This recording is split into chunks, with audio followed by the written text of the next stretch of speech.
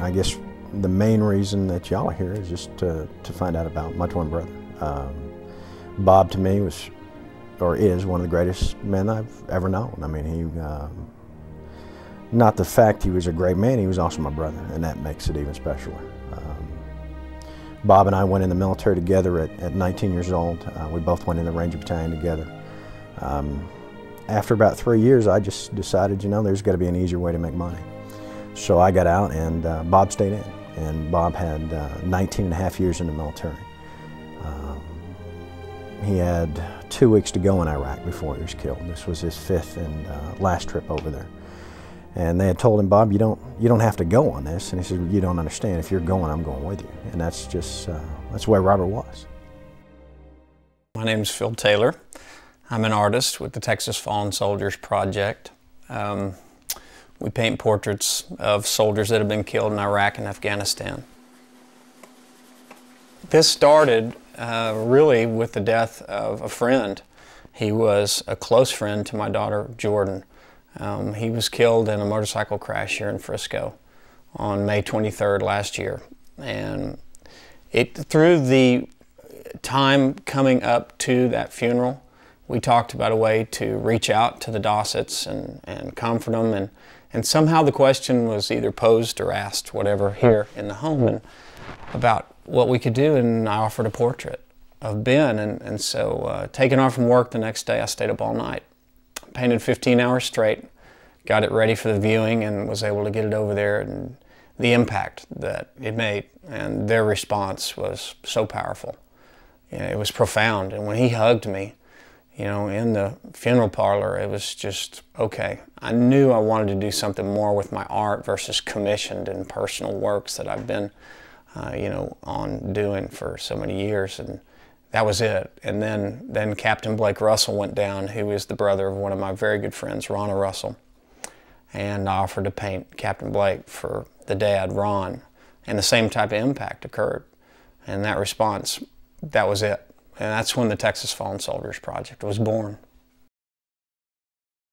They were born in 1965 in Loring, Maine, SAC base. We were Air Force. And John was 7 minutes older than his twin brother, whom I didn't know I was going to have twins at that time. But I had 4 and 3.5 years, and they were into everything, constantly. He was a scuba diver. He jumped out high altitude, low opening with parachutes. He was fearless. He hiked many mountains. He was in the desert. He was in the mountains of Afghanistan. He was a long-range shooter, a sniper. He didn't miss much. And we're very proud of all of his accomplishments. And I just think that a lot of our childhood is what shaped him. Robert would give you a shirt off his back. And it, you know, it was the same thing. I mean, there's, you know, if it was a hailstorm, Robert would have taken his shirt off for you. You know, and that's just great that another human being's willing to do that. You know, I don't think there's enough of them that are willing to do that. Robert was somebody that when you met him, he could be anybody. He could be the student in college, he could be the guy at the grocery store. I mean, you never would have believed, he wasn't a braggart. You just wouldn't believe that this guy did the stuff that he actually did. When we were teenagers, we read the book The Outsiders, and Robert occasionally read. The twins didn't like school much, but I was an avid reader. And in Outsiders is a poem by Robert Frost called Nature's First Green is Gold. And the point of the poem is that since nature's first green is gold, the whole point is to stay golden. And Robert always signed off to me on all of his emails and his letters, stay golden, and back and forth. We both did that. And so I guess I'd like to say he did. He stayed gold till the end. You know, as far as Master Sergeant Robert Horrigan, I mean, he's special. I read about him, and this was a case where the family did not contact me. I contacted them because I saw his rank. I saw his accomplishments. I saw his awards and his decorations, and I was just blown away. I couldn't believe it. I mean, this guy had accomplished everything you could as a Ranger, Special Forces, and he was amazing. So he was a lifer. He was all in every sense of the word. And so I pursued earnestly to connect with that family to say, look, I'm here. I want to paint Robert for you guys. And I finally got a hold of his sister, Lisa. And she checked out my work and said, yeah, wow, love it, please. And so the photographs started flowing in. Over my gate is John 15:13. There's no greater love than a man that will lay his life down for his friends. And Christ laid his life down for us, and my brother laid his life down for everyone here. I think it's taken me this long before I really believe he's dead. First 6 months to a year, you keep thinking, he's just done some mission somewhere, he'll be back. And I guess now I finally realize he's not coming back. And I know he died doing what he wanted to do. It's just I'd rather have a live son than a dead hero. And I know he's a hero, and I'm real proud of that. And I know he died exactly doing what he wanted to do. But that don't make it easy for the rest of us. Not at all. And we cry. And we're still crying. One of the guys in Bob's unit, I delivered a knife up there. I got my brother into making knives about 5 years before he was killed, and we both enjoyed that. And I delivered a knife to the unit, and one of his friends said, John, it seems like ages ago. And I told him, I said, Mike, it seems like yesterday to me.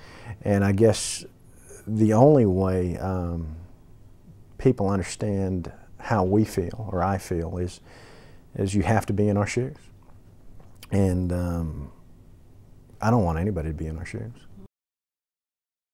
Once we get the pictures from the family that we're looking for, that I'm looking for, and we initiate the first stage of the portrait, just obviously by doing the sketch on canvas, I email them. I let them know. And I keep them up to date throughout that week, 2 weeks that it takes to produce that portrait. I talk to them. And I do that for the purpose that I want them to know the level that I go to and the effort that we're undertaking to produce the portrait, and also share with them some intimate things that are going on as I'm painting their soldier. If a face is, out of form, and those eyes are not right, and those teeth and that smile doesn't translate or capture theirs, we're either going to do it again, or we're going to tweak that area until it's right. And sometimes it's frustrating, but it's also, it's a split of emotions, and it has a great reward.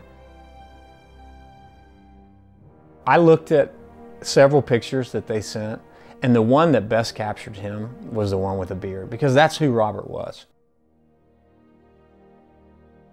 I've never seen you in a uniform. He's got the beard, and do you have any medals? He goes, nah, I got a few, not a big deal. So then to see them all, displayed at his funeral was just unbelievable. We really didn't know. So he was lovable and humble, and that was what was the nicest part about him. He's got an identical twin, and John down in Burnet, John doesn't know the painting's coming, so we're going to surprise him. John Horrigan, Philip Taylor, artist from Texas Fallen Soldiers. We got a gift for you. Well, appreciate that. Let me bring it in the house, okay? Okay. All right. It's meant a lot to me, and the greatest thing I've got is his memories, and that's, I'll say it again. Yeah, you will.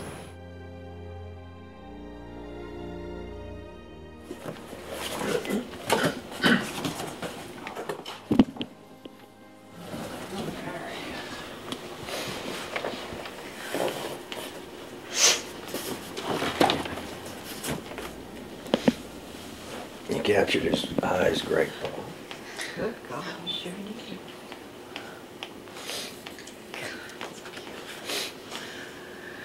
It's him. It's exactly him.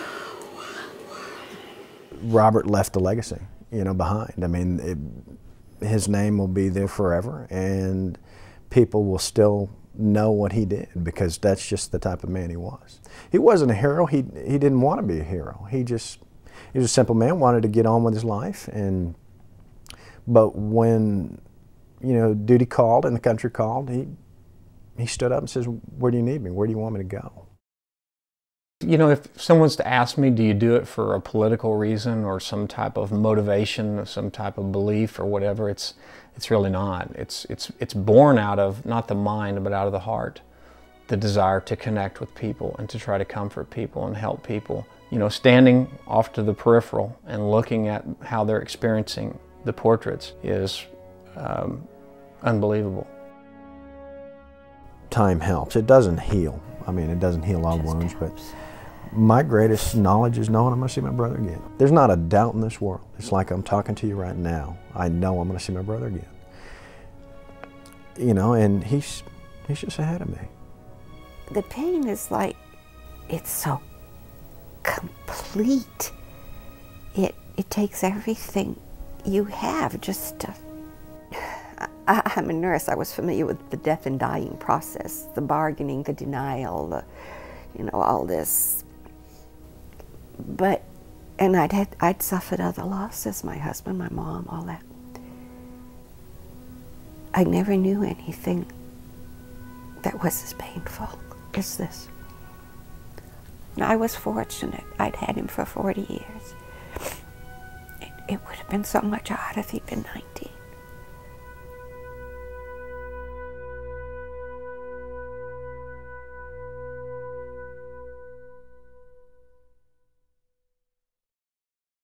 Become a Docublogger. Log on to Docubloggers.org to share your opinions and story ideas, or get out your camera and create your own docublog.